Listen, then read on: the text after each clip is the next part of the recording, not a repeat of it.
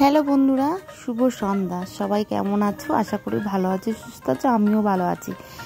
তো দেখো, সন্ধেবেলায় রুটি ছুটি করে বসে আছি, আর তারপরে মাথাটা কান্না গরম হয়। তো কার কার বর এরকম করে একটু আমাকে কমেন্ট করে বলো তো।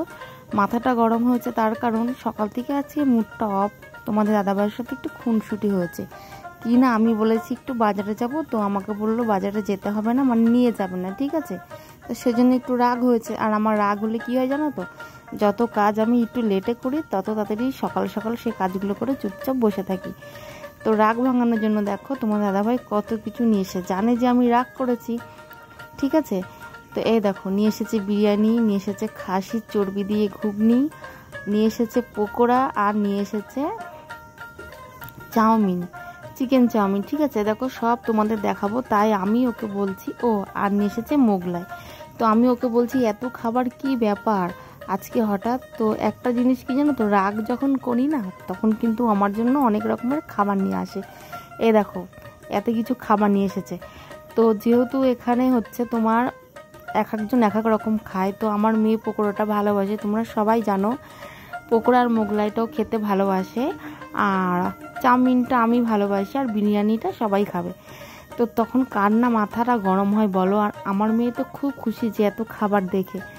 তো আমি বললাম যে সন্ধেবেলায় রুটি ফুটি করে বসে আছি, তো তোমার দাদাভাই বললো জানি তো আজকে সব খাবার নিয়ে আসবো, আর আজকে তাড়াতাড়ি কাজ হয়ে যাবে। রাগ হয়েছে তো।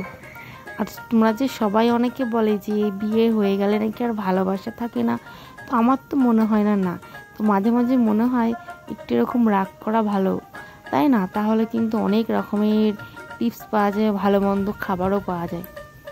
তো আমার তো মাথাটা গরম হয়ে যাচ্ছে যে কিনা ভাতও পড়ে থাকবে, রুটিও পড়ে থাকবে। আর সদ্য মেয়েকে খাইয়ে উঠেছি, আজকে তাড়াতাড়ি মেয়েকে খাওয়ানো হয়ে গেছে। রোজ 8:30 9টার সময় খাওয়াই, আজকে বাজে 7:45, এই 7:45। তো হচ্ছে সব কিছু কাজ সমস্ত হয়ে গেছে, ঠিক আছে। এর জন্য আর মাথাটা গরম হয়েছে, কারণ কত ভাত আর কত রুটি পড়ে থাকবে, রাতে যেহেতু রুটি খাই। তো তারপরে দেখো সব কিছু নিজে পরিপাটি করে বসে বসে ঢালছি। এখন এইগুলো আমরা খেতে বসবো, ঠিক আছে। তোমরা আবার কেউ কিন্তু কিছু মনে করো না যে এত খাবারেরা একসাথে খেয়ে নেবে, কারণ কমেন্ট করার তো অনেকের তো হচ্ছে আবার অনেক রকমের সমস্যা হয়। খাওয়া দেখলে, ভিডিও করা দেখলে, মানে যাদের জলে তারা এসে কমেন্ট বক্সে উল্টোপাল্টা কমেন্ট করে চলে যায়। আসলে এটা জানেন না যে তারা কোন রুচিতে বাস করে, ঠিক আছে। যে যেমন পারে সে যেমন ভিডিও করে, যে যেমন পারে সে যেমন খাবার খাবেই। তো এর আগেও এসেছে, দিন দিন খেলে তো মোটা হবেই, ঠিক আছে। মনে হয় তারা আমাকে খাওয়ায়।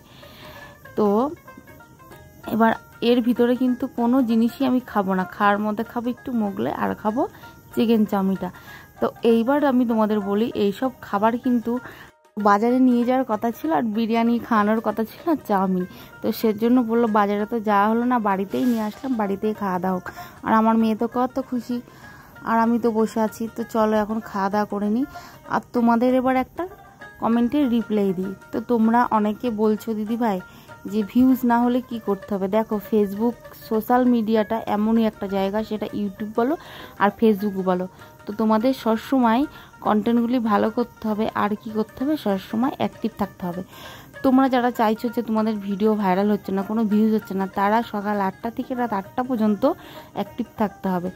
তো বুঝতে পারলে? তো অ্যাক্টিভ বলতে সারাদিনে তোমরা 3 থেকে 4টে ভিডিও পোস্ট করো, আর 2টো কি একটা ছবি পোস্ট করে স্টোরি দাও, দেখবে আস্তে আস্তে করে তোমাদের ভিউও বাড়বে, ফলোয়ার বাড়বে, সাবস্ক্রাইবও বাড়বে।